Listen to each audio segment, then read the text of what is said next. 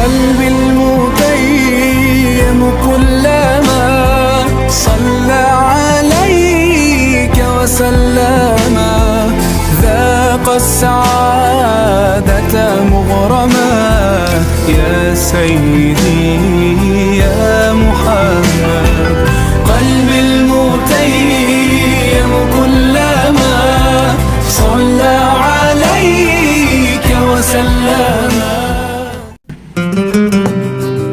Assalamualaikum warahmatullahi wabarakatuh. Kami ingin sedikit mempraktekkan tentang bab fikih ibadah yang dimana di dalamnya berisi tentang toharoh, wudhu, mandi wajib, menghilangkan najis, sholat mayit beserta yang lainnya.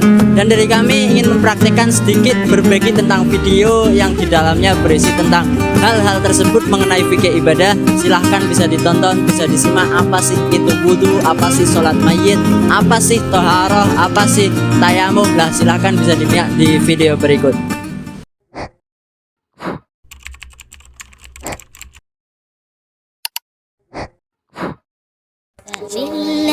Di dalam kitab Fikih ala Madzahibil Arba'ah karya Al-Imam Al-Juzairi, cetakan kedua Barul Kutub Ilmiyah Beirut, Lebanon, tahun 2003 Masehi, jilid pertama halaman 6-8. Dijelaskan, toharoh menurut ulama Hanafiyah diartikan sebagai kebersihan atau pembersihan dari hadas, yakni najis hukmi yang menghalangi sholat, serta dari habas, yakni najis hissi atau najis aini seperti darah, dan najis maknawi seperti dosa-dosa. Membersihkan najis. Ketika ditemukan najis basah di lantai, maka dihilangkan terlebih dahulu ain najisnya. Karena di dalam kitab Fikih ala Madzahibil Arba'ah karya Al-Imam Al-Juzairi, Syafi'iyah memandang najis ainiyah sebagai najis yang masih memiliki wujud, rasa, warna atau bau, dan najis hukmiyah sebagai najis yang sudah tanpa sifat-sifat tersebut, seperti air kencing yang sudah kering hingga tidak terdeteksi sifatnya. Setelah ain najisnya dihilangkan dengan lap dan mengering, maka cukup kucuri air yang suci mensucikan untuk mensucikan najis hukmiyahnya. Dalam tayamum, Hanafiyah dan Hanabilah sepakat jika niat adalah syarat sah, bukan rukun. Hanabilah secara spesifik mewajibkan niat untuk istibahah ibadah dan menolak niat raf'ul hadas karena tayamum tidak mengangkat hadas.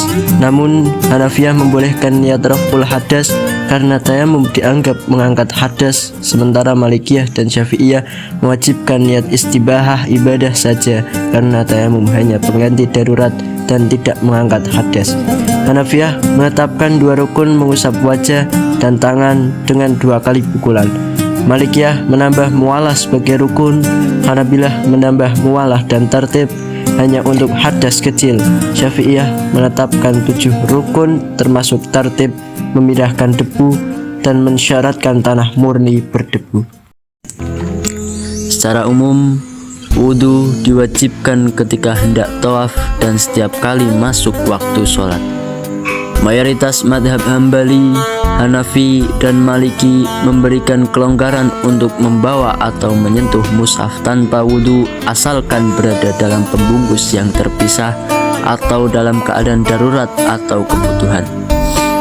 Di mana madhab Maliki menambahkan pengecualian penting bagi pengajar dan pelajar Quran. Sementara itu, madhab Syafi'i mempertahankan larangan yang ketat. Menyentuh atau membawa mushaf tanpa wudhu adalah diharamkan secara ketat, bahkan dengan penghalang yang terpisah, kecuali dalam beberapa kondisi yang sangat terbatas seperti jimat, mata uang, atau ketika Al-Quran ditulis untuk tujuan pembelajaran orang tua pada anak.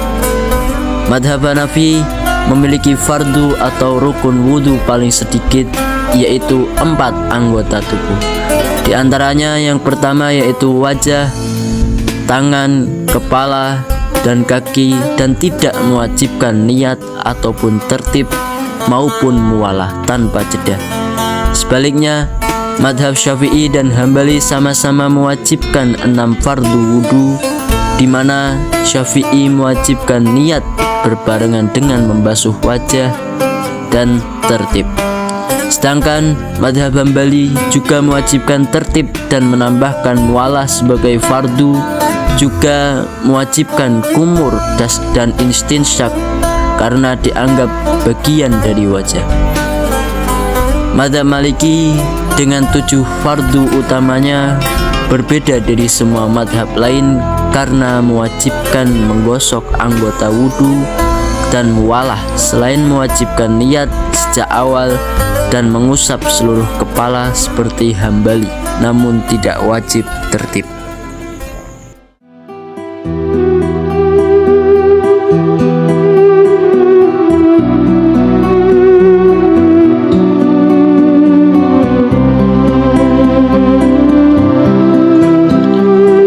Salah satu bagian dari pengurusan jenazah adalah menyolati. Dalam niat sholat jenazah, Hanafiyah mewajibkan penentuan sifat mayit laki-laki atau perempuan dan maksud doa, sementara Maliki hanya mewajibkan niat sholat atas mayit tersebut tanpa perlu fardiyah. Sedangkan Syafi'i mewajibkan niat sholat jenazah dan maksud fardu kifayahnya tanpa perlu penentuan jenis kelamin. Mengenai rukun doa setelah takbir, Hanafi dan Syafi'i menetapkan doa dilakukan setelah takbir ketiga, di mana Syafi'i mewajibkan doa berupa permohonan kebaikan akhirat bagi mayit yang hadir. Maliki berbeda karena mewajibkan doa setelah setiap takbir, bahkan hingga takbir keempat dengan menganjurkan doa yang maksur lalu salam.